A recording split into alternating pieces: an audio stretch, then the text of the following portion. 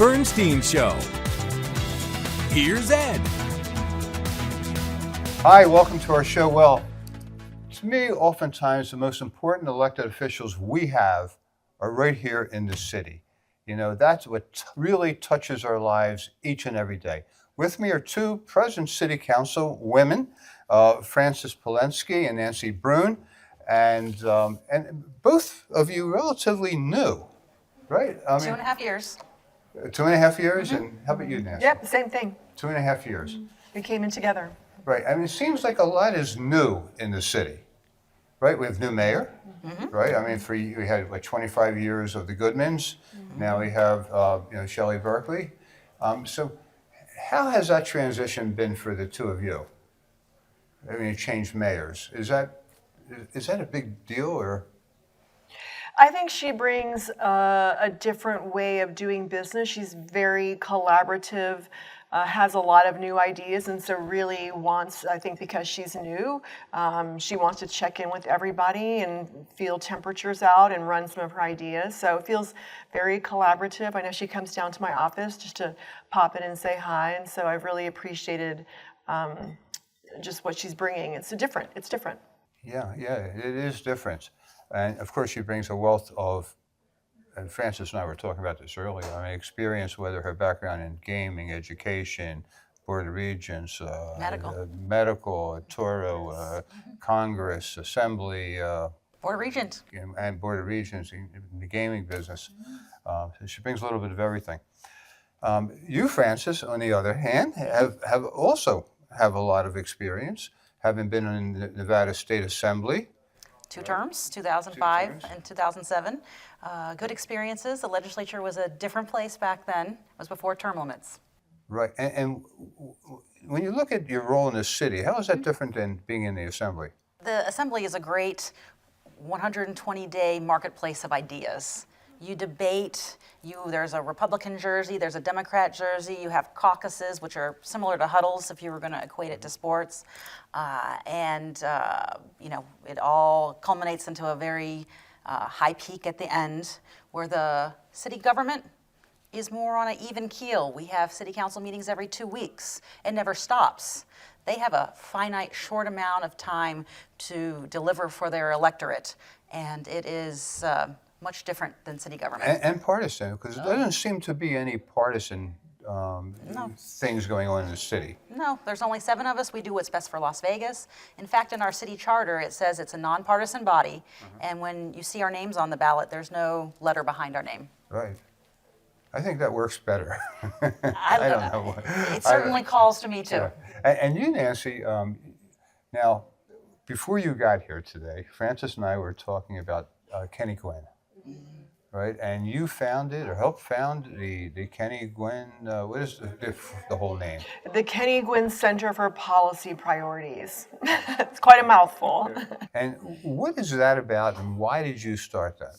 It is the state's only bipartisan policy center. And it was founded because, Nevada has grown so much. And so 15 years ago, really important people who have a great legacy in the state, Phil Slattery, Carol Harder, Joe Crowley, who was the president of UNR, they got into a room and said, we're growing so much as a state, but our policy institutions really haven't kept pace. We're very thin in terms of a policy landscape.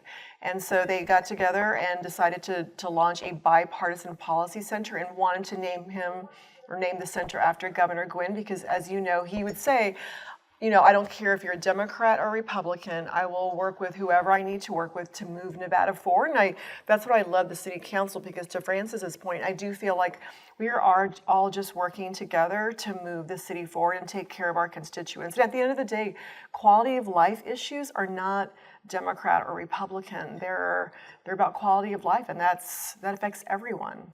So did you create policy there? Yes, we would do really long policy reports. We did question 3, which was the energy question. I think our policy report was over 100 pages with really clear recommendations for legislators to consider. And is that funded privately or donations, or how is that funded? diverse funding, so board members, community foundations, federal, state grants.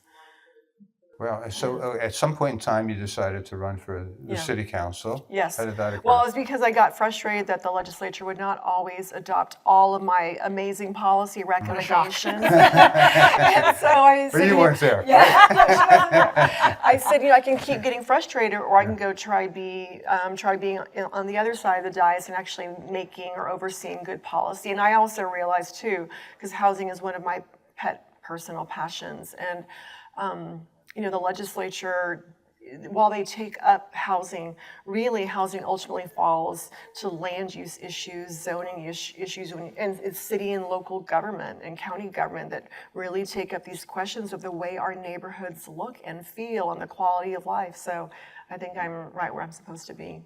So when you think about this question's for each of you. When you think about maybe the two most important issues that you feel the city is dealing with right now, what would they be? I think housing is a big one.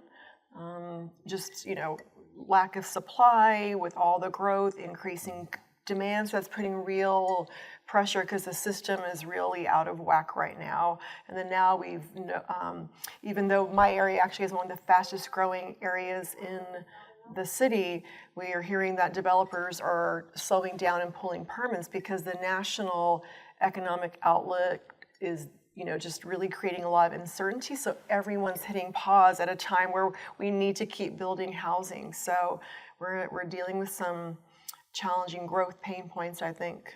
And because I always hear homelessness being also one of those really important things in the city. And are those two issues related, or are they two separate areas? I mean, the people who can afford housing, whether it's a couple $100,000, obviously, and if you're homeless, I mean, you really can't afford anything, right? So one doesn't really solve the other. Correct, but it is a continuum, and so I think we've all agreed that we need supply and solutions for every sort of point along the continuum. So, for example, our region does not have a family children shelter, or one of the few major metropolitan areas that does not have a family shelter. So clearly, at sort of the most extreme, we do need shelter, but on the other end, we do need workforce housing. So our Starbucks barista or the folks coming to work at Allegiant have a place to live as well. Right. Correct me if I'm wrong, the Las Vegas Rescue Mission does have plans They do. for They do. a family shelter. Yeah.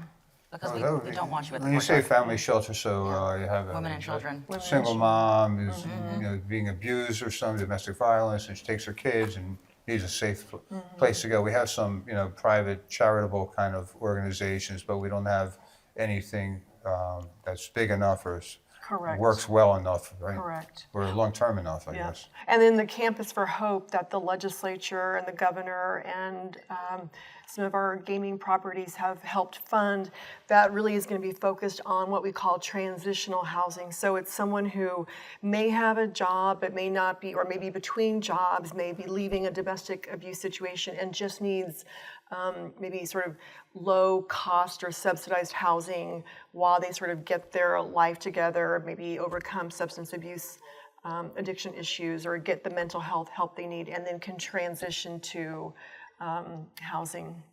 And Frances, housing, obviously, Important. big issue. Anything else? Well, I'm the daughter of a police officer, the wife of a firefighter, and the mother of a firefighter. So from my perspective, public safety is our number one priority, and then the number one job of government is to keep our citizenry safe. Right. And I work on that every day when I go to City Hall. It's the forefront of my decision making, and I do have great information or a great launching of a NoxPox initiative that's happening in Sun City right now to help keep our seniors age in place a little bit longer. Normally, if a senior has a button, fallen and can't get up, Right. and they're on their One of those things you Yeah, see on yeah. TV, Oh. right? Yeah. Nani in Sun City, my mother-in-law lives there. She has it around her neck right now, I promise. Okay. So you've fallen and can't get up, you press the button, the fire department responds, they show up with a big engine, they knock on your door, you've fallen and you can't get up. How do they get in? Good question. How do they have to ram the door open, I guess. They have to, what's called break entry. So they break a window, they spend 5 minutes with an axe knocking the door down because there is an injured person inside that needs medical care. Those 5 minutes could be the difference between life or death. In addition to that, they scoop up the senior citizen, put him in a gurney, take him to the hospital. They're in the hospital for 5 or 7 days while the home is unsecured. Oh, these are things most of us don't think about. Yeah. Right? Well, You don't think about it until it it's happens kitchen to you. table discussion at my house, and so we've launched this Knox Box initiative.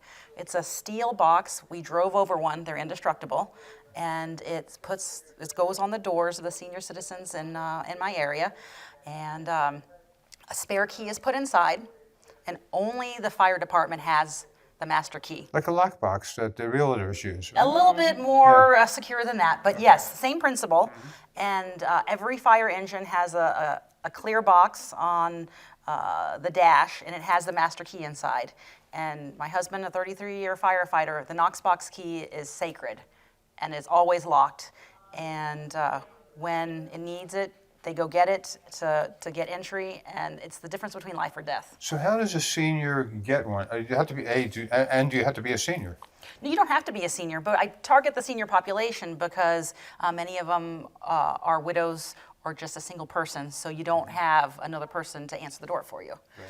And our senior population is really the most vulnerable, so that's where we focus. But anybody in Las Vegas that wants one can call the number, and we'll provide you the information. So, look at the flyer at the end of the show. You can get one. In addition to, I worked with Commissioner Becker, and she put up 100,000, and I put 100,000, and we went to Knox Box and said we were going to buy a lot of them.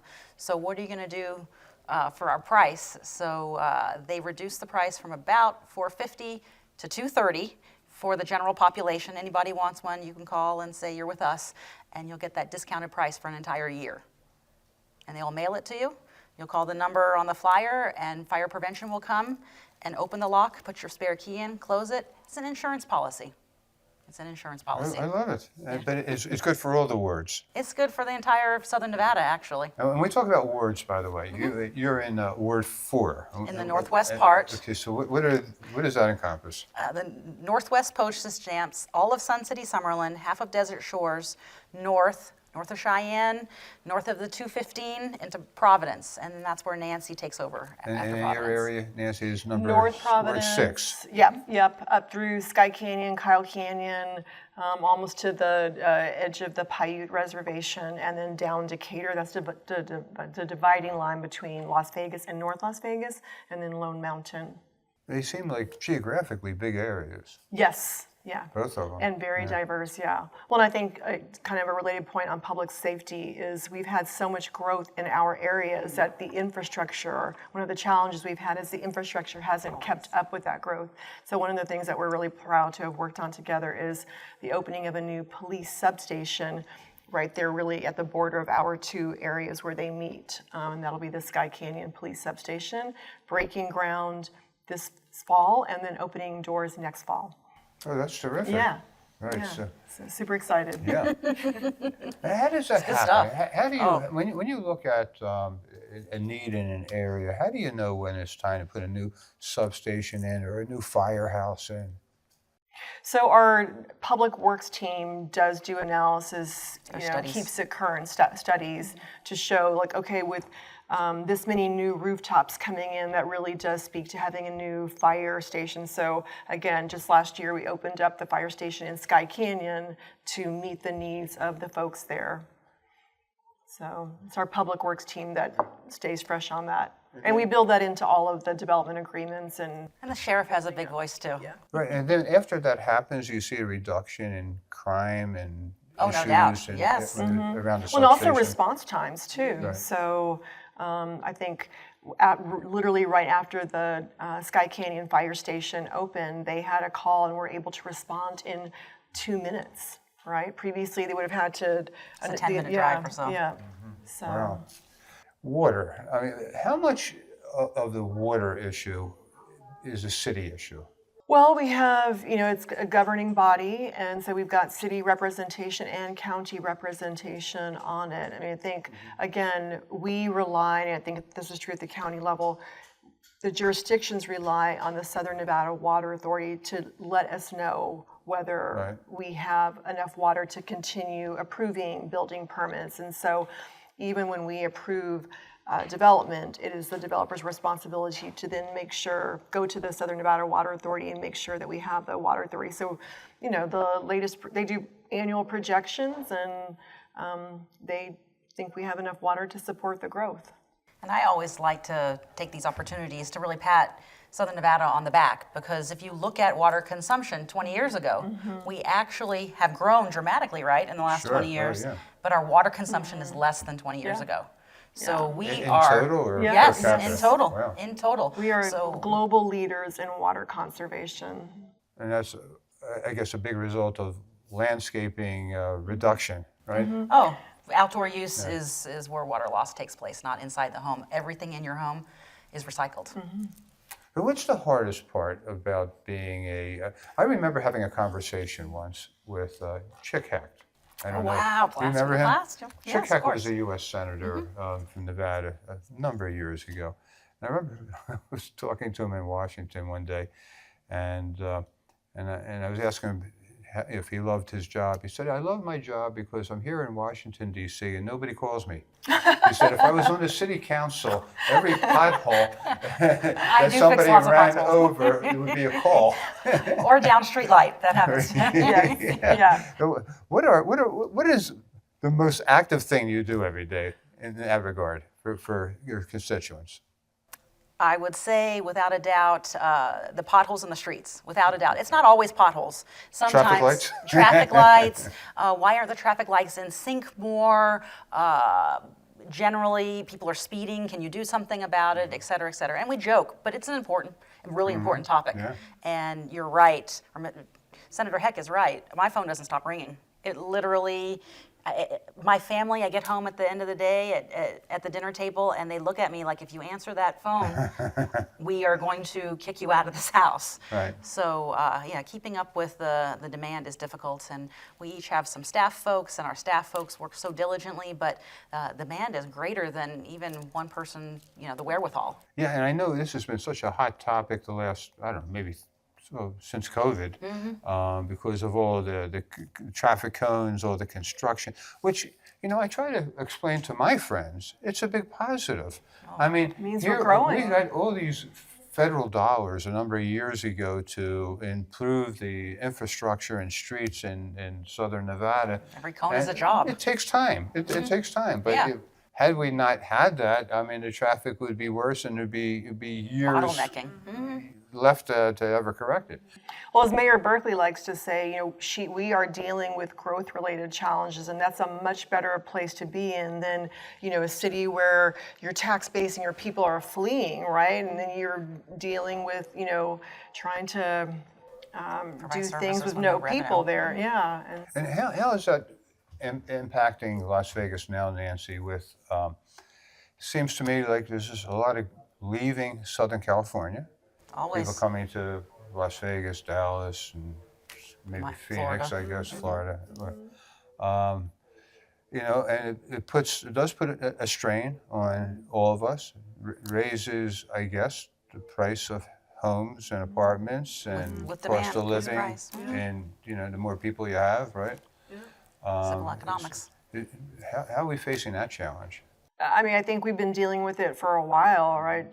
Again, I think where we're seeing it most is that we stopped building homes during the Great Recession, and it was slow getting started. And then, meanwhile, all the people keep moving here. So I think that's really why we're seeing, rental prices go up, housing prices go up, because the supply has not kept up with the demand, and the demand has just continued, increasing for the last 10 or 15 years. So hopefully we'll right size soon. And during COVID, Las Vegas was the most sought after place to move for a person who worked from home in America. Really? Yeah, it was a top destination for relocation for the remote worker. So, And a lot of them have stayed remote. I have an office downtown, and there's been a lot of lawyers and other professionals that have moved out of downtown, moved up to Summerlin, and because they can go remote and Do the WeWork thing. yeah. How do we get those people back? Well, look at downtown. I mean, it's become such a vibrant area. I think now you have the movement and the people that can really support this incredible art center and great breweries and really unique restaurants and concepts. So, I mean, downtown, the Arts District looks so different now than it did 10 years ago, and I think for the better. Oh, no doubt. And what exactly is going on over by the Cleveland Clinic and by the Union Pacific Railroad property there? I mean, Good stuff. you drive through there, there's high rises, retail, there's all kinds of stuff. What is going on down there? That's a Goodman legacy, really. They were the first to say we need a top-tier medical facility there. They wooed Lou Ruvo to build his masterpiece there, and it's a beautiful Frank Gehry building, which is probably the most beautiful in Southern Nevada. But we've got the Children's Museum down there cooking. We have a Smith Center, of course, and then the Elaine Wynn Art Museum that is on its way.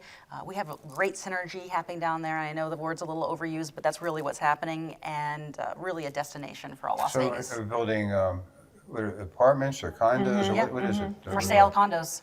Well, and I think High-rise. that's a very unique place, because what's striking about what's going on down there is you see that we're building up, and I think we're running out of land here in Las Vegas, and so I think the next generation of housing will be higher because we don't have the land to build out. So you'll probably see more high rises, and we're seeing that also too coming downtown in the Arts District. As you know, the federal government owns 80% of Nevada, managed by the BLM, and hey, it's our God-given American right to complain about our government, but they should give us our land back. Then I assume that you work with our U.S. senators and Congress people to try to do that. Yep, Right? it's a Herculean effort. Yeah. Because the federal government doesn't like to release it, or Correct, Yeah. and the BLM often doesn't respond to us for years on request, years. well, it's hard to plan anything that way. Let's talk about veterans. I know you're working on a very special Really cool veterans project. issue. Yeah. I don't know how much your viewership realizes, but the state government closed the Grant Sawyer building. And on the Grant Sawyer campus was the Nevada Veterans Memorial Site. It's a 15 statue memorial, similar to something you would see in Washington, D.C. on the Mall. But it was very underutilized because of its location and because the Grant Sawyer building closed that gate on evenings and weekends. The Grant Sawyer building is across the street from the Cashman Field, right? So the governor shut down that building, and the statues were in storage and will be relocated into Ward 4 at the Thunderbird Family Sports Complex. Which is where? Durango in the 215 in the Northwest, proudly represented by myself. And it's all military themed. So I got a relatively sizable veteran and active duty military population. We both do because of our proximity to Creech Air Force Base and Nellis. So lots of families in our area, and the park already military themed, as I said, Viper lacrosse fields and Raptor Play Park, and this will be the Nevada Veterans Memorial new home in about 3 acres. Right now it's dirt. We're going to move the art installation there. We're building a ginormous amphitheater, and I believe it's going to be the premier place in the West Coast to celebrate Memorial Day and Veterans Day. So you'll have events and Oh, yes. music and Yes. entertainment. Well, I hope it and- to be educational too. I really want, each statue is marvelously carved. We have plans to have QR codes at the bottom, and then you can go to your phone and click on it, and a voice of a veteran to tell about that war. Every war from the Revolution to the global war on terror is represented in those statues. Wow. Marble facade on the outside. It will be visible off Durango and illuminated at night. They glow a little bit like the Korean Memorial, if you've seen it in the DC Mall. I have. So it's going to be And it's a beautiful place to go visit at night. Yeah. Nancy, what are some of the most challenging things that you face? I mean, you were never really in politics per se before. So now you're in political office. What's been the most challenging part for you? I think again it's just balancing the realities. We can't build housing fast enough. I know my area is really we have the least amount of office space and commercial space. We've grown so much, and so really just trying to figure out how to bring more commercial activities, commercial nodes, office nodes, so that my residents who want to live, work, and play in our area have to drive to Henderson to work. So I think that's the thing that we're trying to figure out, kind of smart growth, like how do we make sure we have all the amenities we need in our areas so our residents can stay in the neighborhood. Right, and Bring us a Costco.